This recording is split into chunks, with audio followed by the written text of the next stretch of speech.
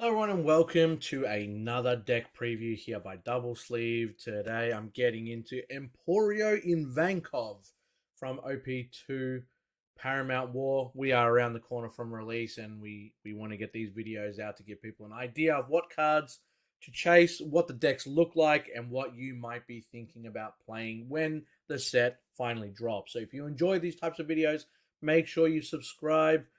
Like the video to let us know that you want more of these types of things and leave a comment down below. Do you think Emporio Ivankov is going to be meta defining? Are you going to play this deck? And would you change anything that I've got in here as well? So let's jump into it. Let's have a look at what this leader does in the deck that I kind of brewed up here for everyone. And to start off, the leader itself, end of your turn, if you have 0 cards in your hand, draw 2 cards. The whole style of play is to really obviously continue to just spam everything that you can on the board, and make sure that you can kind of draw those 2 cards at the end, so you've always got something in hand. We're going to jump over to the characters now. We're going to look at Perona, very stock standard from set 1. 1 cost 2k. On play, look at the top 5 cards from your deck, rearrange them in any order, and return them to the top or bottom of your deck.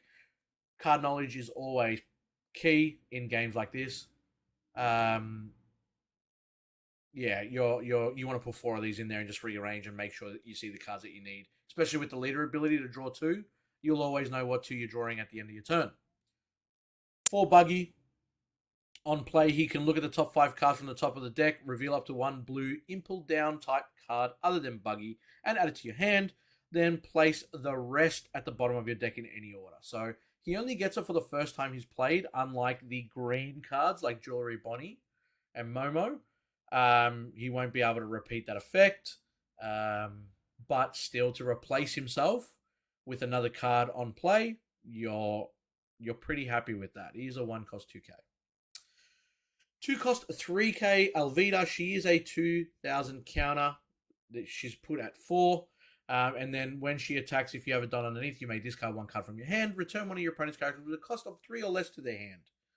Majority of the time, you're probably going to use her for the 2k counter, but she also can trigger the leader effect as well, because you're discarding a card from your hand to return one of your opponent's cards as well.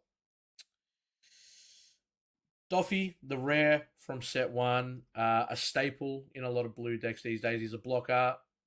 Then on play, you can look at the top 5 and return them to the top or bottom of the deck in any order.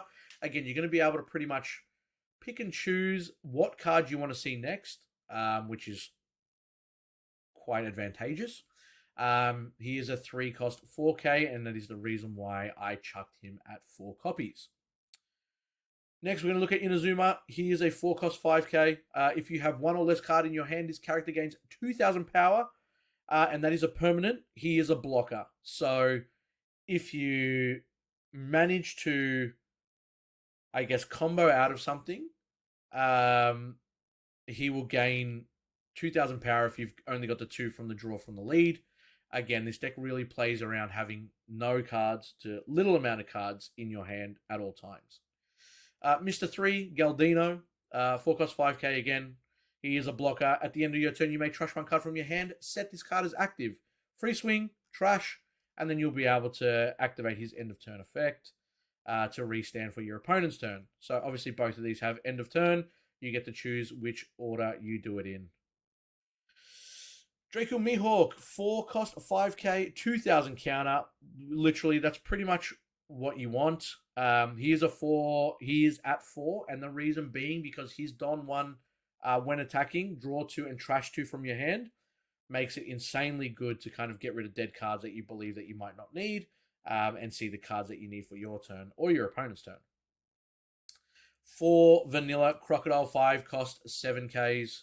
Just big bodies on the board.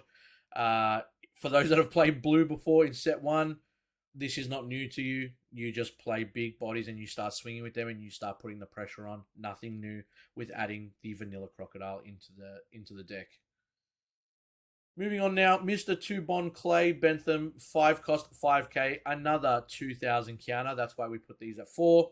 With a Don underneath him, when he is attacking, you may trash one card from your hand, return up to one character with a cost of 2 or less to the bottom of its owner's deck. Then, when this battle ends, return this card to the bottom of its owner's deck. Nothing fantastic. I really would use it for the 2000 counter, but he does have the ability to trash a card from hand as well. Yeah, very, very situational. I don't really think you're playing him as much as you're countering with him, but he may see play in situations. Not that I can kind of figure out in my own head, to be honest. The big boy, the SR from set 2 for blue, Monkey D. Luffy, 6 cost, 7k. The man that needs no introduction. On play or when he's attacking, this is what makes this card so good. You may trash 2 cards from your hand. Return up to one character with a cost of 4 or less to the owner's hand. Then this card gains double attack during this turn. Now, this is a may effect, so you may trash 2 cards. You don't have to. If you do, you return up to one character with a cost of 4 or less. Even if your opponent does not have a character with 4 or less, you can still activate the trash 2 to give him double attack. Now, double attack will deal 2 damage instead of 1. That is his on play, and that is his when attacking ability. Great card to keep on the field. Emporio Ivankov, the SR as well. We're chucking 4 of that in here as well. 7 cost, 7k. On play, draw cards until you have 3 cards in your hand, then play up to 1 blue Impel Down type character card with a cost of 6 or less from your hand. This is where the whole thing starts to really shine. So a 6 or less Impel Down type character, so you can play Bon Clay, you can play Luffy, quite crazy to pay 7 and play Luffy and Emporio. You can play Crocodile, you can play... if you wanted Galdino for a blocker, or even Inazuma for a blocker as well. But yeah, the ideal play is to play Emporio and then play Luffy, and get 2 bodies on the board for 7. Quite nuts. And then if you have less than 3 cards, you just draw as well. It literally does everything. And then obviously the Luffy on play, you can trash 2 straight away. So yeah, quite insane. We got to go the stock standard 2 Doffies from the starter deck. From set 1. Just an amazing card, 7/7.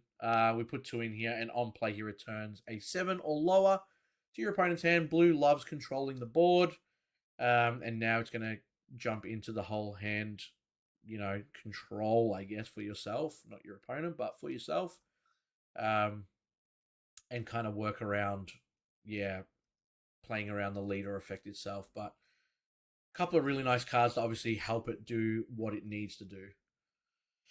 We're going to put 2 Mihawks in here as well, the 9/9. On play, you can place 1 character with a cost of 7 or less at the bottom of its owner's deck. So Mihawk, as expensive as he is, he's got great power. This goes to the bottom of the deck, whereas Doffy returns it to the hand so they can play it again next turn. Mihawk bottom decks it, so it's quite important. It's got its own place. And the only stage card, sorry. Virtually there is no events in this deck. It's literally just the 2 stage cards. You activate main, you may rest this stage. It is a 1 cost, and it is a 2 of in the deck.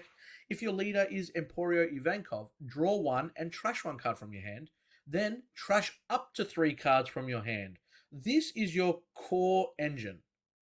It doesn't necessarily need to be found to play the deck.